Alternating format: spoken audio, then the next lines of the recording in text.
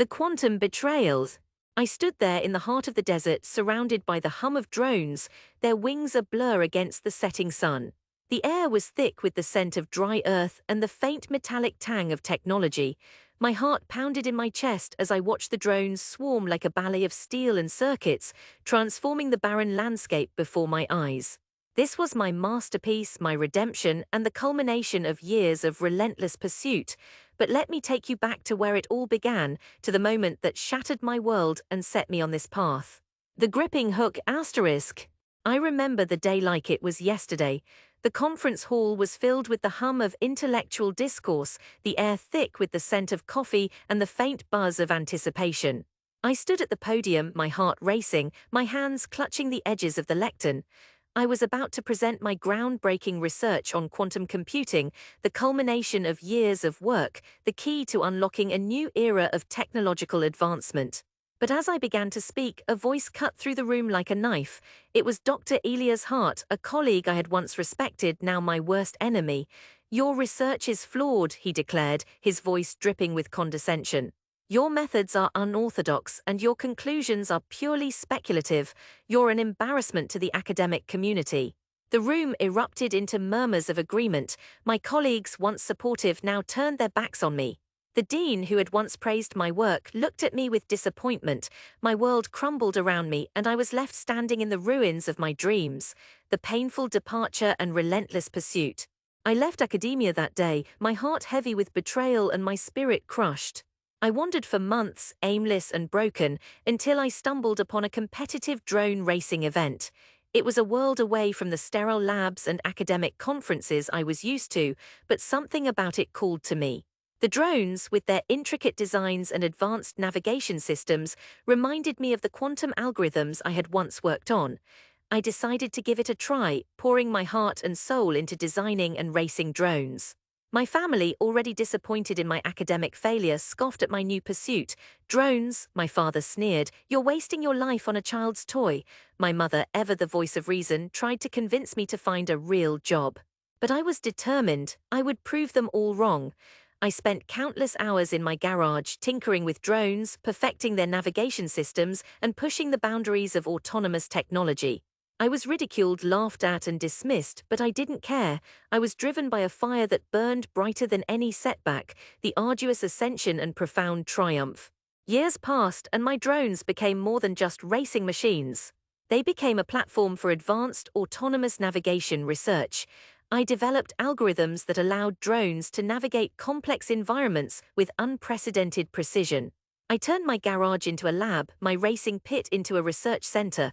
I was no longer just a drone racer, I was a pioneer in autonomous technology.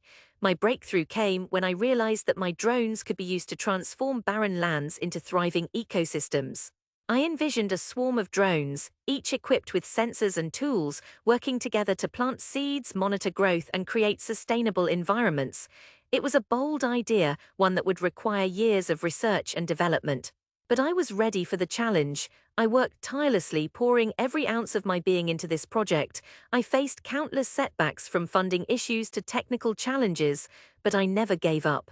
I was driven by the memory of that conference hall, the sting of betrayal, and the determination to prove myself. And then, one day, it all came together. My drones took to the skies, their wings a blur against the desert sun. They planted seeds, monitored soil conditions, and created a symphony of life where there was once only dust and desolation. I stood there, watching in awe as my vision became a reality. I had done it. I had turned my dreams into something tangible, something that could change the world. The cathartic return and poetic justice. I returned home not as the failure they remembered, but as a pioneer, a visionary, a man who had turned his dreams into reality. I stood at the door of my childhood home, my heart pounding with a mix of nerves and excitement. I knocked, and the door swung open to reveal my mother, her eyes wide with surprise. "Mother," I said, my voice steady despite the emotions churning inside me, "I'm home." She invited me in, her curiosity piqued. My father, my siblings, they all gathered around, their eyes filled with a mix of skepticism and curiosity. I could see the doubt in their eyes, the same doubt that had driven me to prove myself. I didn't say a word. Instead, I pulled out my tablet and showed them a video. It was a montage of my drones in action, transforming the desert into a lush, green oasis. I showed them the data, the research, the impact of my work.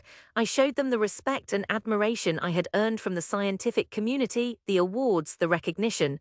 As they watched, their expressions changed. The skepticism faded, replaced by awe and disbelief. My father, the man who had once dismissed my dreams as a waste of time, looked at me with newfound respect. "You did this?" he asked, his voice barely above a whisper. I nodded, a small smile playing on my lips. "I did." My mother's eyes welled up with tears. "We were wrong," she said, her voice choked with emotion. "We didn't understand. We didn't see your vision." I reached out and took her hand, giving it a gentle squeeze. "It's okay," I said. "I understand, but I needed to prove it to myself and to you." In that moment, I felt a sense of closure, of redemption. I had faced their doubt, their derision, and I had turned it into fuel for my journey. I had proven myself not just to them, but to the world. The insightful conclusion. As I stood there, surrounded by the people who had once doubted me, I realized that my journey was not just about proving them wrong. It was about proving myself right. It was about turning my dreams into reality, about creating something that could change the world. I had faced betrayal, ridicule, and doubt. But I had also faced my fears, my insecurities, and my limitations. I had pushed through, I had persevered, and I had triumphed. I had turned my pain into purpose, my doubt into determination, and my dreams into reality. And as I looked around at the faces of my family, I saw not just their awe and admiration, but their love. They had doubted me, but they had also supported me in their own way. They had given me the strength to pursue my dreams, even when they didn't understand them. I left my childhood home that day with a heart full of gratitude and a spirit unbroken. I had faced my past, and I had emerged victorious. I had turned my dreams into reality, and I had proven that even in the face of betrayal and doubt, the human spirit could triumph. And as I walked away, I knew that my journey was far from over. I had more dreams to pursue, more challenges to face, and more worlds to change, but I was ready. I was stronger, wiser, and more determined than ever, for I was no longer just a quantum researcher turned drone pilot.